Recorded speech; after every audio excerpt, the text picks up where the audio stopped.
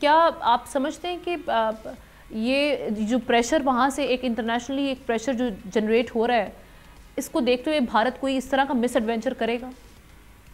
یا پھر وہ پاکستان کی اس آفر کو آگے لے کر چلے گا اور اس پر سوچے گا؟ دیکھیں آمنہ،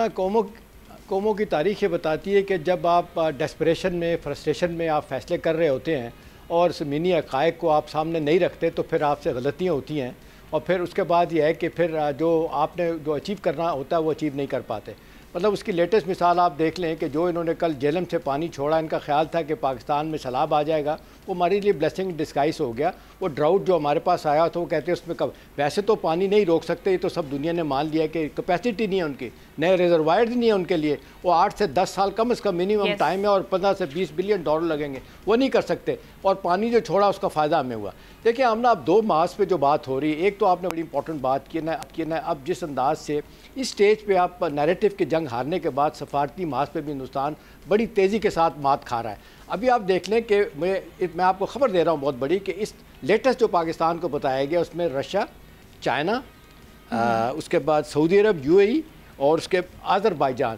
اب ایران بھی شامل ہو گئے۔ یہ ان کو کہہ رہے ہیں کہ جی یہ پرائم منسٹر صاحب کی، شہباز شریف صاحب کی بڑی بہترین آفر ہے کہ آپ انڈیپینڈنٹ انکوائری کروائیں اور پتہ چل جائے۔ ابھی آپ نے دیکھیں اس واقعے کے بعد 4 لوگ جنہوں نے یہ سب کچھ کیا تھا وہ کہاں چلے گئے؟ 400 کلومیٹر دور پاکستان بقول آپ کے آئے ہیں اور واپس بھی چلے گئے۔ سیکورٹی لیبس، انٹیلیجنس فیلئر آپ کا ہوا تو یہ کیا ہے؟ 4 بندوں میں سے ایک بند نہیں پکڑ سکے آپ نے 1600 لوگوں کے گھر وہاں پہ سری نگر میں مسمار کر دیے، بام کر رہے ہیں لوگوں کو۔ تو دیکھیں ہم نا صورتحال یہ ہے کہ اب international community, new York time کی سٹوری کے بعد اب اور لوگ بھی، BBC اور میں دیکھ رہا تھا کچھ انڈیپینڈنٹ پر جو لوگ لکھ رہے ہیں وہ یہ سوال کر رہے ہیں۔ ہندوستان میں اوپینین یہ بن رہی ہے کہ بھئی آپ اپنا نیریٹو تو بتائیں، آپ ثبوت تو لے کے آئیں، ایویڈنس تو لے کے آئیں، آپ نے کچھ بھی نہیں بتایا۔ اور پھر آمنا امپورٹنٹ بات یہ ہے کہ جو پاکستان کو یہ جانتے ہوئے میں آپ کو خبر دے رہا ہوں، یہ بتایا گیا کہ جی ہم سمجھتے ہیں کہ ان کے پاس ثبوت نہیں ہے، لیکن جو ابھی بریگیڈ صاحب بات کر رہے تھے، لو انٹینسٹی کانفلکٹ کی بات کر رہے تھے، وہ کہتے ہیں کہ جی آپ کو تھوڑا سا آپ ہاتھ تھولا رکھیں، وہ ایک چھوٹا موٹا ایک میزائل اگر وہ مار دیتے ہیں کسی فیلڈ میں اور کسی کھیت میں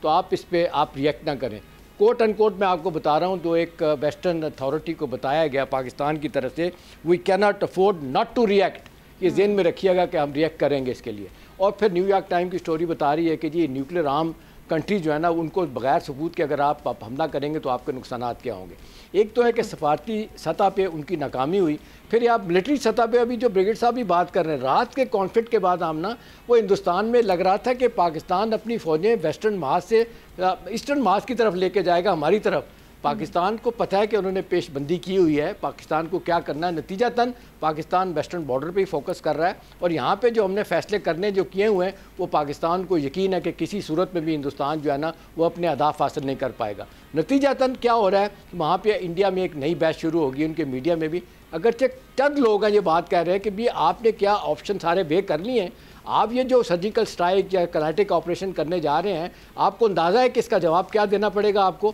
پہلے بھی آپ نے بری طریقے سے مار کھائی تھی۔ مسئلہ وہی ہے کہ ہم نا بہار میں چناؤ ہونے جا رہے ہیں، وہ رات اندونی کا شعر جو ہے نا وہ کہ جی سرحد پہ تناؤ ہے، دیکھو کہاں چناؤ ہے۔ اب لوگوں کو سیٹسفائی کرنے کے لیے مودی صاحب جو ہے نا یہ حرکت کرنے کی کوشش کریں گے، لیکن آپ دیکھ لیں اچھی بات ہے جتنی تیزی کے ساتھ آمنا انٹرنیشنل اوپینین بنی ہے۔ میرا ذاتی طور پہ آئی مسٹ کنسیڈ، میرا خیال تھا کہ کل جو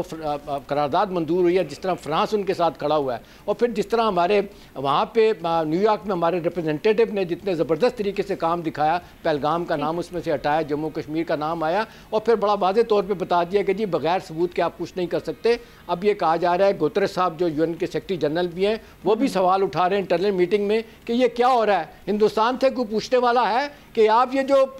کرنے جا رہے ہیں اتنی بڑی، آپ پاکستان کے خلاف بغیر ثبوت کے کریں گے، آپ کو کوئی سپورٹ نہیں ملے گی۔ تو آمنا میرا خیال ہے سفارتی محاذ پہ، سیاسی محاذ پہ اور ملٹری محاذ کے الحمدللہ اس وقت ہم بڑی اسٹرانگ پوزیشن بھارت کو جواب بھی مل رہا ہے وہاں پر۔ ایگزیکٹ سبسکرائب کریں اور بیل دبائیں تاکہ کوئی خبر رہ نہ جائے۔